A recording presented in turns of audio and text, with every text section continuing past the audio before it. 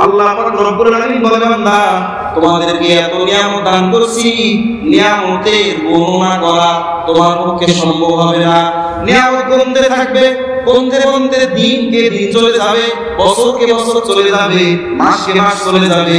দুনিয়ার গণনায় কোনোদিন আমার নিয়ামতের গণনা করবে না, দুনিয়ার ক্যালকুলেটরে আমার নিয়ামতের গণনা কোনোদিন ধরবে না।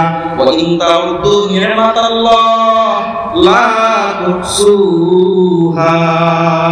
এত নিয়ামত তোমাদেরকে দান করলাম, এত সৌন্দর্য তোমাদেরকে দান করলাম, সুন্দর করে তোমাদেরকে সৃষ্টি করলাম, সুন্দর অবয়ব কাঠামো দিয়ে তোমাদেরকে বানাইলাম। গত জুমায় বলেছিলাম শুধুমাত্র একটু আলোচনা এই জুমার জন্য টাচ দিয়ে আগাইছিলাম। আল্লাহ পাক রব্বুল আলামিন 7টা আসমান বানাইছেন মাত্র 6 দিনে, এই 7টা জমিন মাত্র 6 দিনে বানাইছে। 7 আসমান বলে একটার পরে আরেকটা, এইভাবে 7টা আসমান। একটা আসমানের মধ্যে কোনো খুঁটি নাই, একটা আসমান কত বড় বলে জমিন থেকে 500 বছরের রাস্তা। এই একটা আসমানের দূরত্ব হলো এত। দুনিয়া থেকে প্রথম আসমান যত দূরে, মাঝখানে আছে একটা আসমান। এই আসমানটা বলে দুনিয়া থেকে যত দূর, একটা আসমান ওই পরিমাণ দূরত্ব। দুনিয়া থেকে প্রথম আসমান 500 বছরের রাস্তা।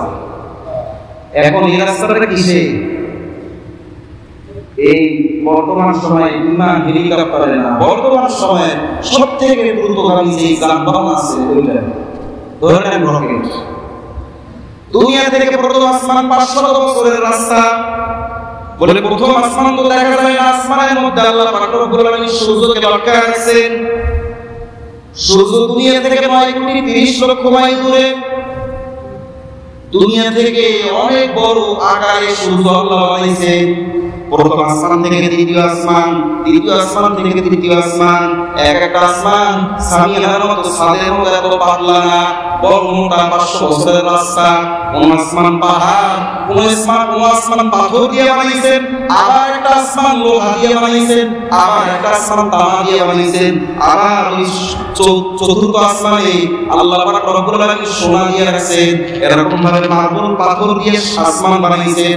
7টা আসমান ধারাবাহিকভাবে বানানোর পর, 7টা জমিন ধারাবাহিকভাবে বানানোর পর, এরপর এত সময় লাগলো না, কুন ফায়াকুন দিয়ে সব কিছু বানাইলেন।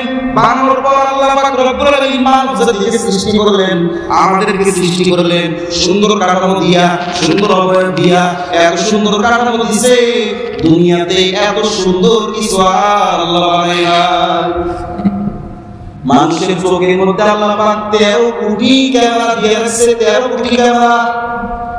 এই যে জিহ্বার মধ্যে 30,000 ছিদ্র দিয়ে রাখছে, আপনার আমার চেয়ে ধরবে না, ওই যোগ্যতা আপনার মধ্যে নাই।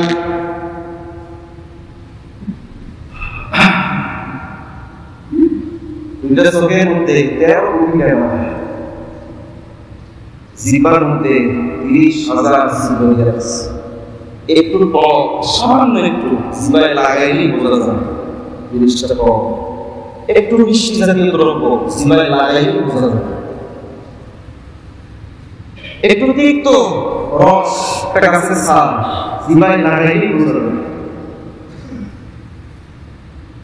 দুনিয়ার এই জমিনে সমস্ত মানব দানব মিলে 1 ফোঁটা রক্ত কেউ সৃষ্টি করতে পারবে না, 1 ফোঁটা রক্ত কেউ বানাইতে পারবে না।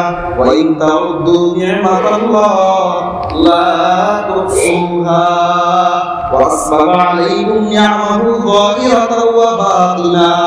আল্লাহর নিয়ামত বর্ণনা করে শেষ করা যাবে না। আল্লাহ পাক প্রকাশ অপ্রকাশ নিয়ামত দিয়ে রাখছেন।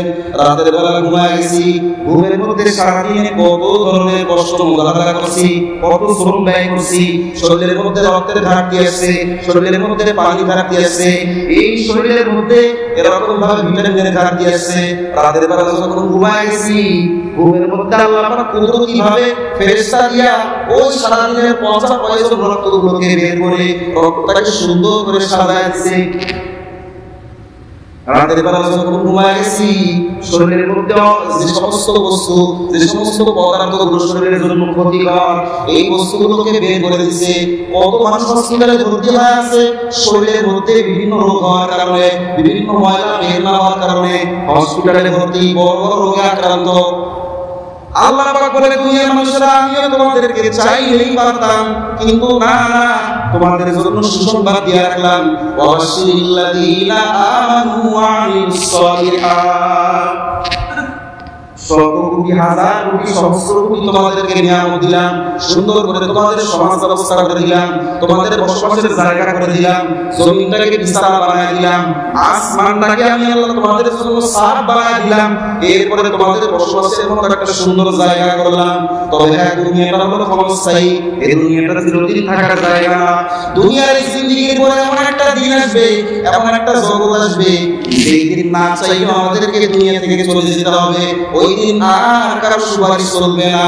ওয়াত্তাকু ইয়াওমান লা তাজজি নাফসুন আন নাফসিন শাইআ, সেদিন কারো সুপারিশ চলবে না। শাফাআতু ওয়ালা ইউখাযু মিনহা, কারো শাফাআত চলবে না। ওই দিন কারো দরখাস্ত কবুল করা হবে না। দুনিয়ার এই জিন্দেগি থেকে বান্দা দুইটা আমল নিয়ে আসো, ওয়াবাশশিরিল্লাযীনা আমানু ওয়া আমিলুস সালিহাত। আল্লাহ পাক রব্বুল আলামিন কুরআনুল কারীমের ভিতরে জায়গায় জায়গায় বলে, ইন্নাল্লাযীনা আমানু ওয়া আমিলুস সালিহাত ওয়া'দাল্লাহুল্লাযীনা আমানু ওয়া আমিলুস সালিহাত। একটা হলো বিশুদ্ধ ঈমান, একটা হলো বিশুদ্ধ ঈমান, অন্তরের মধ্যে ঈমান আছে, জবানের মধ্যে ঈমান আছে, আমল বিল আরকান, কাজের মধ্যে ঈমান আছে। এই যে একটা ঈমান নামক দৌলত যদি নিয়ে আসতে পারো, সঙ্গে সঙ্গে একটু নেক আমল, আখলিস দীনাকা ইয়াকফিকাল আমালুল কলিল। আল্লাহ পাকের রাসূল বলে, অল্প সামান্য ইখলাস ওয়ালা আমল নাজাতের জন্য যথেষ্ট। অল্প আমল, আখলিস দীনাকা ইয়াকফিকাল আমালুল কলিল। লাগবে দুইটা পুঁজি, একটা হলো ঈমান আর একটা হলো তোমাদের নেক আমল। এই দুইটা পুঁজি যদি নিয়ে আসতে পারো, ওয়াদা করলাম, তোমাদের কাছে সুসংবাদ দিলাম, ওয়াবাশশিরিল্লাযীনা আমানু। ও দুনিয়ার মানুষেরা, দুনিয়ায় ধোঁকায় পড়িয়া, দুনিয়ায় ব্যস্ততা পড়িয়া ঈমান নামক দৌলতটা হারায়েন না। আর একটা হলো আমলে সলে নেক আমল হারায় ফেলেন না।